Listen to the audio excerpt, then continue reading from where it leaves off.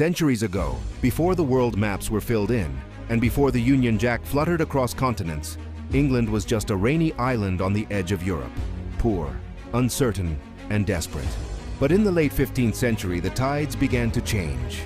Out of hunger, ambition, and defiance, a new force began to rise, a force that would one day rule the seas and paint the world in red. This is how the British Empire was born, not from kings and crowns, but from pirates, merchants, and the lust for power. When the 1500s dawned, Spain and Portugal dominated the oceans. Their galleons carried gold and silver from the New World, while England watched with envy. But envy is a powerful fuel. Queen Elizabeth, I realized that to compete, England needed to command the seas. And if the nation built a fleet fast enough, it would unleash a different weapon: privateers. Men like Sir Francis Drake, John Hawkins, and Walter Raleigh were not ordinary sailors.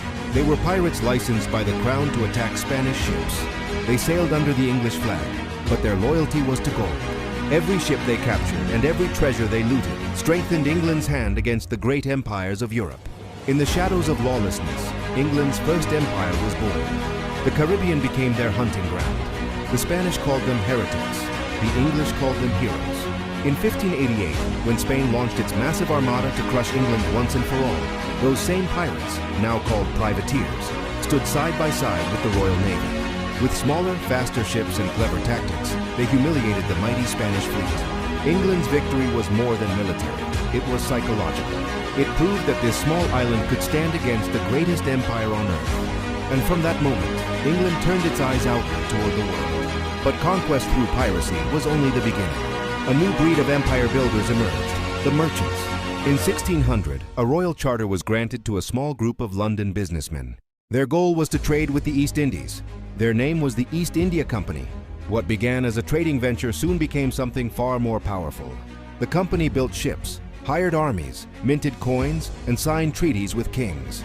It wasn't just a business, it was a nation within a nation. By the mid-17th century, the East India Company was conquering ports in India, buying influence in Asia, and setting the stage for Britain's economic domination of the world. Trade had become conquest by another name. While merchants sailed east, explorers and settlers headed west. The Americas offered fertile land and endless opportunity for those ruthless enough to take it. From Jamestown in 1607 to Barbados and Jamaica, English colonies sprouted across the Atlantic. Sugar, tobacco, and slaves became the lifeblood of the empire.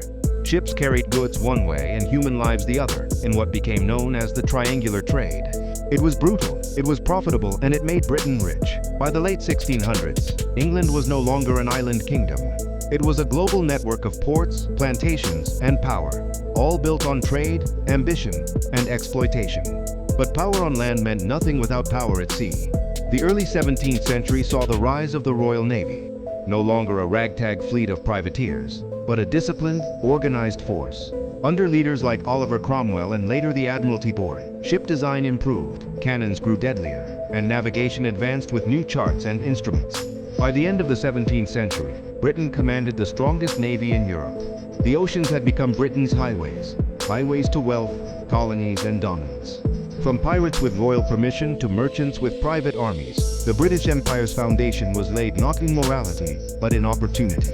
Its builders were adventurers, risk-takers, and opportunists, men who chased fortune across stormy seas and, in doing so, changed the fate of nations.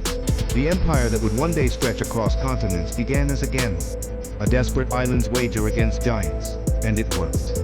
Within just 2 centuries, that small kingdom would become the most powerful empire in human history, an empire where the sun never set. But every empire has its beginning, and its price. This was only the beginning. The rise of merchants, pirates, and power.